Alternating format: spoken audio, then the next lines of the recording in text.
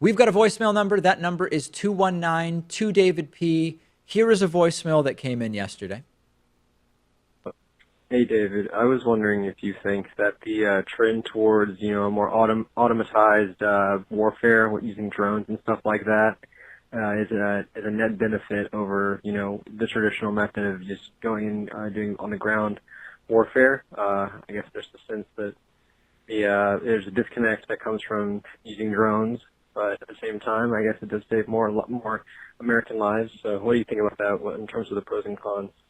Yeah, well, listen, you're absolutely right. This is a really important topic. You're absolutely right that drone warfare saves American lives. That's absolutely true because Americans are able now to go and carry out a military operation with no boots on the ground and not even with pilots in the air, right? Just with literally remote controlled aerial vehicles controlled by a pilot sitting in front of a computer somewhere. So that certainly reduces the death toll of some of these operations for Americans. We are told by the advocates of drone warfare that it also reduces the death toll for our enemies because the precision of some of these drones allow the American military to strike only their intended target and to reduce collateral damage and civilian deaths.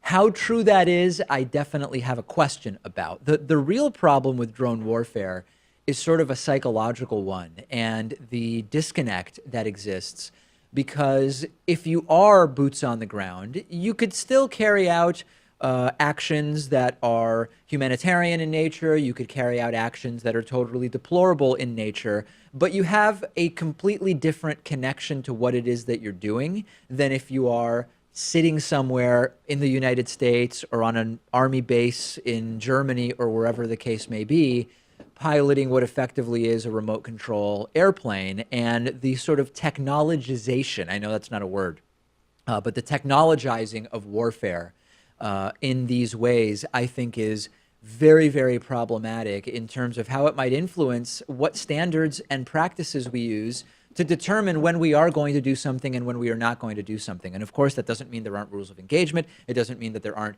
legal mechanisms that are sort of overriding and controlling a lot of what it is that's going on here. So to get back to the initial question, because that's really what I want to get to, and your question was, in the net, do I think that drone warfare is a benefit or not? I think that if you're thinking in very concrete, short-term style, you can say fewer people are probably dying when we use drones as opposed to other forms of military incursion.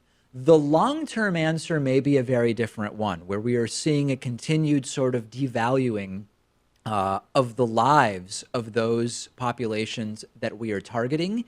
And in total, the existence of drone warfare also might make it possible to carry out way more incursions in geographically disparate areas. So I think that in the short term, fewer people are dying. Over the long term, I'm not at all convinced that this is a positive development, but it's something we've done interviews around before and that I certainly plan to continue covering. On the bonus show today, we will talk about the teachers' strike across Oklahoma based around compensation and wages. I'm going to talk about a Trump official asking Congress to start reining in a consumer watchdog agency. No surprise at all that that's going on. And also, Grindr, the gay dating app, has decided to stop sharing HIV status to third-party vendors. Third-party vendors and advertisers used to be able to actually target ads to users of the platform that disclose their potentially HIV positive status, which of course would be relevant in the dating sphere, but also would make them potential targets for particular products and services. And Grindr has decided they're no longer going to allow their third-party vendors to have access to that information. We will be talking about that and much more on today's bonus show, which you can get access to by signing up for membership at davidpakman.com/membership. We do have a 40% off coupon code that you can take advantage of. It is VoteSoon18. And you can also make a pledge on Patreon to get access to the bonus show at patreon.com/David Pakman Show. Thanks for watching today. We'll talk to you then.